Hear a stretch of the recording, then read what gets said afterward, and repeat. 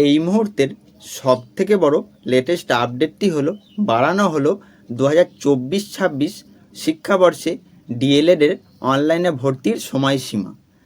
কতদিন পর্যন্ত বাড়ানো হলো, তার লাস্ট ডেট কবে থাকছে, তা আমরা এই ভিডিওর মধ্যে দিয়ে জানব। এছাড়াও আরও একটি বিষয় আমরা এই ভিডিওর মধ্যে দিয়ে জানব, সেটি হলো যে সকল ছাত্রছাত্রীরা অনলাইনে ভর্তির জন্য ফর্ম ফিল আপ করেছেন কিন্তু তাদের পেমেন্ট কোনো কারণে পেন্ডিং হয়ে গেছে বা ফেলড হয়ে গেছে, পেমেন্ট কোনোভাবে সম্পন্ন হয়নি, তো এই পেমেন্টের কোনোরূপ কোনো সমস্যা হলে আপনারা তার সমাধান কিভাবে করবেন, আপনারা পুনরায় কিভাবে পেমেন্টটি করে নিতে পারবেন, তাও আজকে আমি এই ভিডিওর মধ্যে দিয়ে আপনাদের দেখিয়ে দেবো।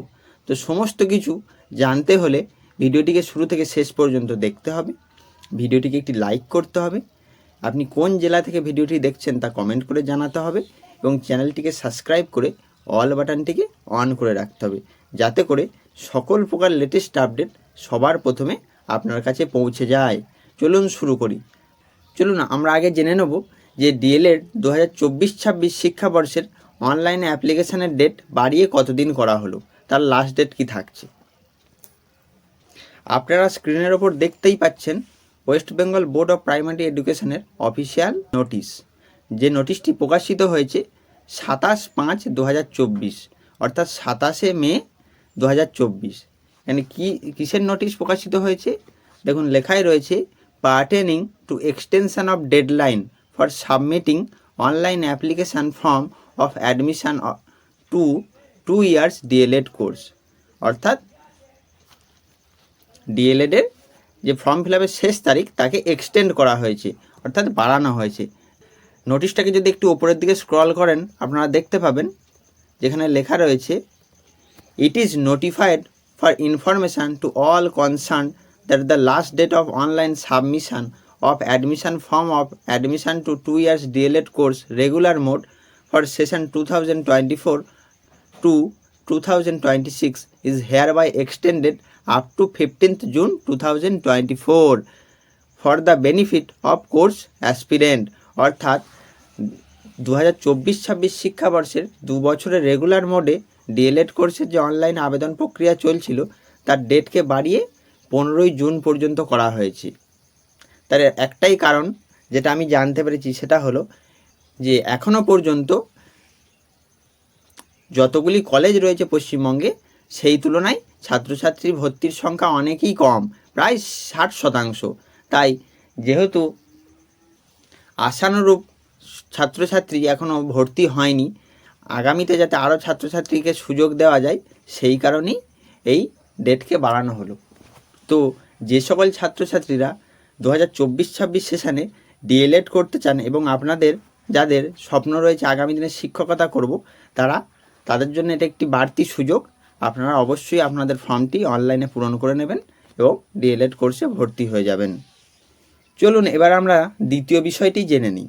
সেটি হলো যে সকল ছাত্রছাত্রীরা ফর্ম ফিল আপ করেছেন কিন্তু তাদের পেমেন্টের সমস্যা হয়েছে, পেমেন্ট পেন্ডিং হয়ে গেছে বা পেমেন্ট ফেল হয়ে গেছে, তারা পুনরায় কিভাবে পেমেন্টটি করবেন। তার জন্য যেটি করতে হবে সেটি হলো আমাদের ডেসক্রিপশানে ওয়েবসাইটের লিঙ্ক দেওয়া থাকবে, আপনারা লিঙ্কে ক্লিক করার সাথে সাথেই ওয়েবসাইটে রিডাইরেক্ট হয়ে যাবেন এবং এইরকম একটি ইন্টারফেস ওপেন হয়ে যাবে এবং এখানে দেখতেই পাচ্ছেন স্ক্রিনের বাঁ দিকে 3টি দাগ রয়েছে, এখানে ক্লিক করবেন। ক্লিক করার পর দেখবেন এইরকম একটি ইন্টারফেস ওপেন হয়ে যাবে, সেখানে ইম্পর্টেন্স লিঙ্ক শেষ থেকে আগেরটা second last option important links এই অপশানটিতে ক্লিক করবেন। ক্লিক করার পর এইরকম একটি ইন্টারফেস ওপেন হয়ে যাবে। একটু উপরের দিকে স্ক্রল করলে আপনারা দেখতে পাবেন পে নাও বলে একটি অপশান রয়েছে, এই পে নাও অপশানটিতে ক্লিক করবেন। পে নাও অপশানটিতে ক্লিক করার সাথে সাথেই এইরকম একটি ইন্টারফেস ওপেন হয়ে যাবে। সেখানে প্রথমে লেখা রয়েছে সার্চ অ্যাপ্লিকেশান আইডি, এখানে আপনি সিলেক্ট করে নেবেন, দিয়ে অ্যাপ্লিকেশান আইডিতে ক্লিক করবেন।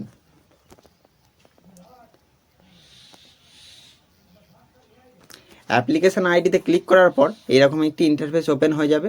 তারপর নিচে আপনারা আপনাদের অ্যাপ্লিকেশান আইডিটি দিয়ে দেবেন, যেটা ফর্ম ফিল আপ করার পর সাবমিট করার পর আপনারা SMS-এর থ্রু পেয়ে গিয়েছিলেন বা স্ক্রিনেও দেখিয়েছিল। তারপর অ্যাপ্লিকেশান আইডিটা দিয়ে এই ফাইন্ড অপশানে ক্লিক করবেন, তাহলেই দেখবেন আপনার অ্যাপ্লিকেশানটি চলে এসেছে এবং সেখান থেকে পে নাও অপশানে গিয়ে আপনারা পুনরায় পেমেন্টটি করে দেবেন। আর আগে যদি আপনাদের টাকা কেটে থাকে ধরুন ফর্ম ফিল আপ করার সময় যখন আপনি পেমেন্ট করেছিলেন তখন পেমেন্টটি পেন্ডিং হয়ে গেছে, কিন্তু আপনার টাকাটি কেটে নিয়েছে। তারপরেও আমি আপনাদেরকে বলছি আপনারা পুনরায় একবার পেমেন্টটা করে দেবেন। সাকসেসফুল পেমেন্ট হয়ে গেলে আগের যে পেমেন্টটি পেন্ডিং হয়েছিল সেই পেমেন্টটি পুনরায় আপনার যে ব্যাংক থেকে টাকাটা আপনি কাটিয়েছিলেন সেই ব্যাংকে ফেরত চলে আসবে। এ নিয়ে চিন্তার কোনো কারণ নেই। কিন্তু আপনি যদি মনে করেন আমার টাকা কেটে নিয়েছে মানে আমার অ্যাপ্লিকেশান হয়ে গেছে, এটি কিন্তু সম্পূর্ণ একটি ভুল ধারণা। আপনার যতক্ষণ না পেমেন্ট সাকসেসফুল হচ্ছে ততক্ষণ কিন্তু আপনার অ্যাপ্লিকেশানটি সম্পূর্ণ হবে না।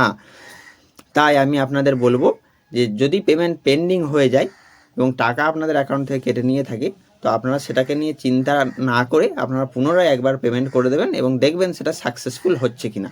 সাকসেসফুল হয়ে গেলে আপনার অ্যাপ্লিকেশান হয়ে যাবে এবং আপনার আগের পেমেন্টটি যেটি পেন্ডিং ছিল সেটি কিছুদিনের মধ্যে আপনার যে ব্যাংক থেকে টাকাটি কেটেছিল সেই ব্যাংকে ফেরত চলে আসবে। তো আশা করছি আমি আপনাদের সঠিক তথ্য দিতে পেরেছি। আপনারা ভিডিওর দ্বারা উপকৃত হলে কমেন্টের মাধ্যমে জানাবেন এবং ভিডিওটি বন্ধুদের মধ্যে শেয়ার করবেন যাতে সকলেই উপকৃত হয়। ধন্যবাদ।